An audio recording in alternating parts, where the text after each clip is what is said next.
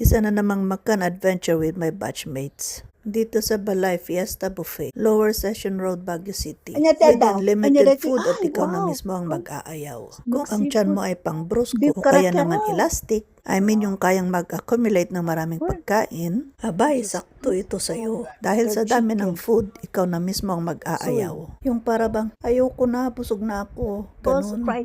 Nang pumunta kami dyan, walang masyadong tao. Pero marami pa rin ang pagkain. Kaya kung naghahanap kayo ng affordable, kaya sa bulsa, limited ang budget, maraming pagkain, kung yan ang mga hanap nyo, try nyo dito sa Balay Fiesta Buffet. Second floor, La Brea Building. Dito lang yan sa Lower Session Road, malapit sa Malcolm Square. At parang wala din yatang time limit. 30? Yeah. Pag regular days, 549. Pag weekend, 499. Pork barbecue.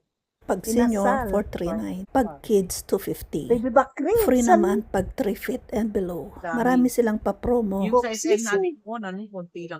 Oo. Kaya better, contact nyo muna sila. May pansit kanto. Kasi nung pumunta kami, meron silang rainy day promo. That's great. Kaya parang 490 per head yata kami noon. Di ko lang matandaan. Maganda rin yung place. Spacious.